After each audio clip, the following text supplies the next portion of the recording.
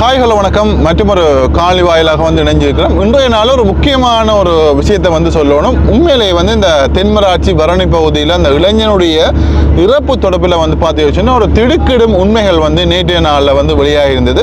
அந்த மரணச் சடங்கு நடந்து கொண்டிருக்கின்ற வேளையில் பார்த்தீங்கன்னா அவருடைய குடும்பத்தில் அவருடைய தாயார் ஒரு சில உண்மைகளை சொல்லியிருந்தார்.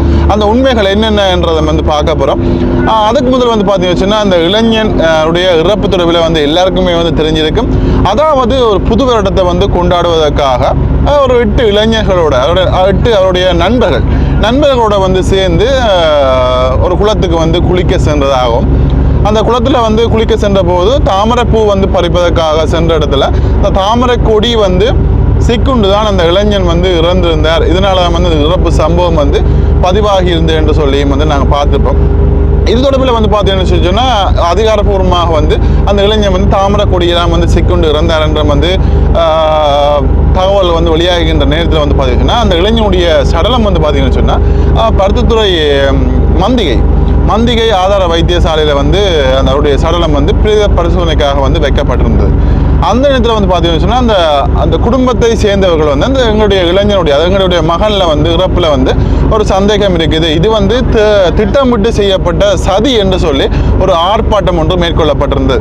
இதுக்கு பின்னதாக பார்த்தீங்கன்னு சொன்னால் அந்த இளைஞனுடைய இறப்புக்கு பின்னதாக அவருடைய காதலி 18 வயது மதிக்கத்தக்க அவருடைய காதலியும் 18ஆம் தேதி அதிகாலையில் தூக்கிட்டு தற்கொலை செய்து கொண்டதாக கூறப்பட்ட நேரத்தில் எல்லாருக்குமே தெரியும் இதுதான் உண்மையான காதல் இப்படித்தான் இருக்கணும். அவருடைய காதலம் உயிர் பிரிந்த உடனே காதலி உயிர் பிரிஞ்சிட்டார், இதுதான் உண்மையான காதல், இது ரோமே ஜூலியட், லைலா மஜ்னு அப்படின்னு சொல்லி நிறைய பேர் ஒவ்வொருத்தரும் தங்களுடைய தனிப்பட்ட கருத்துக்களை டிக்டாக் பக்கங்களில் வெளியிட்டிருந்தாங்க. இந்த தகவலாம் இப்போ இலங்கை முழுவதுமே ஒரு பரவலாக பேசப்பட்ட ஒரு விடயம். ஆயினும் பார்த்தீங்கன்னு சொன்னால் நேற்றைய நாளில் சில திடுக்கிற தகவல் வெளியாகின்றது. அந்த இளைஞனுடைய இறப்பு தொடர்பில் பார்த்தீங்கன்னு சொன்னால் நேற்றைய நாளில் அவருடைய மரணச்சடங்கு அவருடைய இல்லத்தில் நடைபெற்றிருக்குது.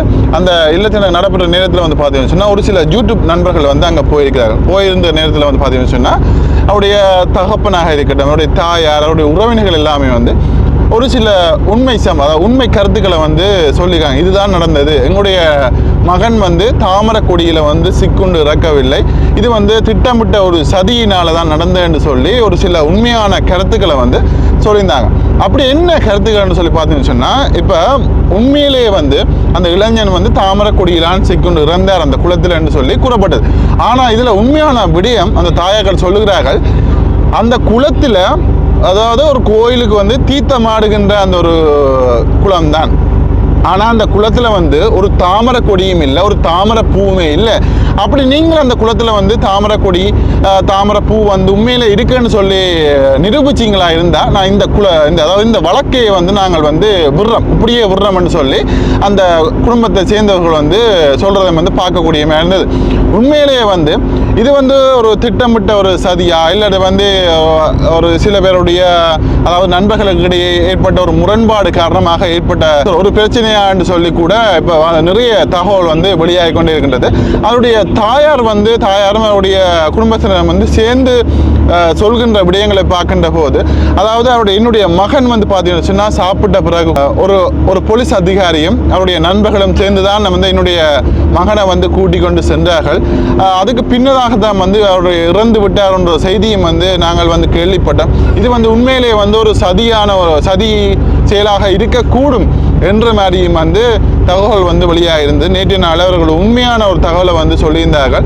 இது திட்டமிட்ட ரீதியில் எங்களுடைய மகனை ஒரு என்ன சொல்றது ஒரு கொலை செய்ய நோக்கோட செய்யப்பட்டிருக்கிறார்கள். அது குறிப்பாக அந்த குளத்துக்கு அருகில் என்னுடைய மகனுடைய பாட்டா இருக்குது, அதை தாண்டி அவர் குடித்திருக்கிறார் என்ற பேரை சொல்லியிருந்தார்கள். ஆனால் அவர் பிரேத பரிசோதனையில் அவர் குடிக்கவில்லை, எந்தவித மது அருந்தும் பழக்கமும் இல்லை, மருந்து அருந்தவும் இல்லை என்று சொல்லி கூறப்படுகின்றது.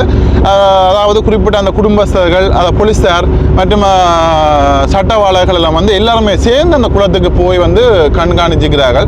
அது மட்டும் இல்லாமல் அந்த குளத்தில் பார்த்தீங்கன்னு சொன்னால் எந்தவித ஒரு தாமரை கொடியும் இல்லை, ஒரு தாமரை பூவும் இல்லை, எதுவுமே இல்லாமல் என்னுடைய மகன் எவ்வாறு அந்த குளத்தில் தாமரை கொடியிலான் சிக்குண்டு இறந்தார் என்ற செய்தி வந்து 2 பேர் வந்து இப்படி சொல்லுவினோம். அது மட்டும் இல்லாமல் 2 பேர் அந்த குளத்தில் இறங்கி அதாவது அந்த ஒரு 2 பேர் இறங்கி அந்த குளத்தில் வந்து பார்த்த போது வந்து பார்த்தீங்கன்னு சொன்னால் அவர்கள் வந்து அந்த குளத்தில் வந்து தாழக்கூடிய அளவுக்கே இல்லை. அந்த அளவுக்கு வந்து இருக்கிற நேரத்தில் அது மட்டும் இல்லாமல் தன்னுடைய மகனுடைய அந்த உடலை பார்க்கின்ற நேரத்தில் அவருடைய மகன் கையில் உடம்பில் முதுகில் எல்லாம் வந்து நிறைய காயங்கள் வந்து இருப்பதாக வந்து அவர்கள் வந்து சொல்லியிருக்கிறார்கள். அப்போ யோசிச்சு பாருங்க, இப்போ ஒரு வன்மமோ முன்னுக்கு பின்னுக்கு முரணான ஒரு கோபமோ ஏதோ இருந்தாலும் தனிப்பட்ட ரீதியிலான ஒரு கோபமாக இருந்தாலும் வந்து ஒரு இளைஞனை வந்து இப்படியாக வந்து செய்கிறதுன்றது வந்து ஒரு பிழையான ஒரு விடயம். அது மட்டும் இல்லாமல் அந்த ஒரு இளைஞனை நம்பி இருந்த ஒரு பெண்ணும் வந்து பார்த்தீங்கன்னு சொன்னா ஒரு காதலம் வந்து பிரிஞ்ச உடனே நான் வாழ மாட்டேன்னு சொல்லி அந்த பெண்ணும் வந்து உயிரை விட்டுருக்க. அப்படி இருக்கிற நேரத்தில் வந்து பார்த்தீங்கன்னு சொன்னா அதாவது ஒரு உயிர் தாண்டி ஒரு உயிரால் இன்னொரு உயிரும் வந்து பிரிஞ்சு இருக்குது. அப்போ நிறைய பேர் இதுக்கு முதல்ல வந்து நான் ஒரு காணொளி ஒன்று வந்து போட்டிருப்பேன்.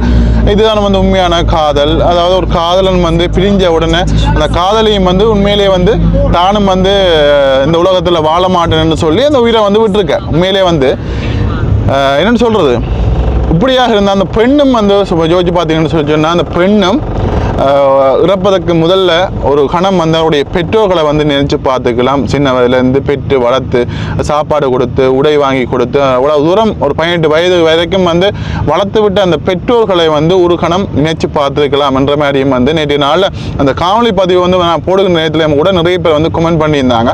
அது ஒரு உண்மையான ஒரு விடயமாக வந்து பார்க்கப்படுது. ஆனாலும் அந்த இளைஞனுடைய இறப்பு தொடர்பில் வந்து பல்வேறுபட்ட உண்மைகளை வந்து அவருடைய பெற்றோர்களுடைய குடும்பத்தில் இருக்கிறவங்க வந்து நிறைய விஷயங்களை வந்து சொல்லி இது வந்து அந்த இளைஞன் வந்து குளத்தில் அந்த தாமரக்குடியில் சிக்குண்டு இறக்கவில்லை என்றதை வந்து திட்ட தெளிவாக வந்து தெரிகிறது. இது திட்டமிட்ட ரீதியில் வந்து ஒரு முன்கோபம் காரணமாக ஒரு சதி செயலாக இருக்கக்கூடும் என்ற மாதிரியும் வந்து அவருடைய குடும்பத்திற்கு வந்து தெரிவிக்கிறார்கள். இது போன்ற நிகழ்வுகள் வந்து இது போன்ற சம்பவங்கள் வந்து உயிரிழப்புகள் வந்து இனிமேல் காலங்களையும் வந்து இடம்பெறக்கூடாது என்ற வந்து சொல்லிக்கொண்டு இந்த காணொலியை வந்து இதோட வந்து நிறைவு செய்து இந்த காணொலி பற்றிய கருத்துக்களை வந்து மறக்காமல் சொல்லுங்க. இது தொடர்பில் அந்த பெற்றோர்கள் வந்து கதைத்த ஒரு சில அந்த பதிவுகளை வந்து நான் இதில் இணைக்கிறேன். பாருங்க, பார்த்துட்டு உங்களுடைய கருத்துக்களை வந்து மறக்காம சொல்லுங்க. வந்து வளமையாக வந்து ஒரு குளிக்கக்கூடிய இடம் அது இடம் அது குளிக்கிற இடம் அது குளிக்கிற இடம் ஒரு மறைவு பத்தைக்கு பின்புறம் மறைவு சுட்டி வீரத்துக்கு பின்புறம் மறைவு அந்த படத்தில் நாங்கள் போய் பார்த்தோம். அவர் குளிக்க வேண்டிய சொல்லிட்டு போவே இல்லை. அவதான் கூப்பிட்டு பிள்ளைய குடி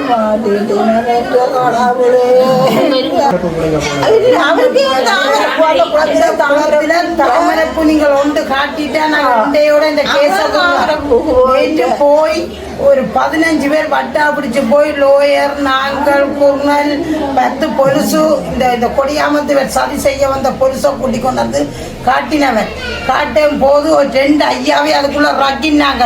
ரக்கி அந்த 2 ஐயா தாழாமல் வந்தவன். இந்த இடத்துல ஐயாவைத்தான் 2 பேர் ரக்கி தாழாமல் வந்தவன். வந்த இடத்துல நாங்கள் குளறினாங்கள். என் பிள்ளைகிட்ட கலட்டி விட்ட பாட்டு அவர் கரையில் கிடக்கு வந்து போடுவோம்னு வச்சது சேட்டு இந்த கரையில் கிடக்கையா இருக்கிறான். என் பிள்ளைக்கு சதிதான் செய்தது. வேறு என் பிள்ளை தாழக்கூடிய சான்ஸ் இல்லை. எங்கிட்ட பிள்ளை தாழக்கூடிய சான்ஸ் இல்லை. இவ்வளோ பேரும் கூட்டி கொண்டு போய் என் பிள்ளையே அதில் ஒரு 3 டின் இருக்கு. நாங்கள் நேற்று குணல் விளக்கம் எடுத்த போது இந்த பிள்ளை எதுவும் பாவிச்சிருக்கோண்டு பார்க்க அம்மா மதியம் சாப்பிட்ட சாப்பாடை விட தண்ணி ஊடி இந்த தண்ணி தான் அவருக்கு உடலுக்கு போயிருக்குதுன்னு சொல்லி அவருக்கு உள்ளுக்கையும் தண்ணி போக இல்லை. அந்த பிள்ளைக்கு இதயத்தில் தண்ணி போகிற தன்மை குலாசியத்தில் தான் போய் தண்ணி அடைச்சிருக்குது. அடைச்சோன்னா பிள்ளைக்கு திமிரு இருக்குது. திமிரின உடனே தான் இந்த பிள்ளை மூக்கால சீவன் போக மாட்டாமல் தான் தத்தளிச்சு போனது.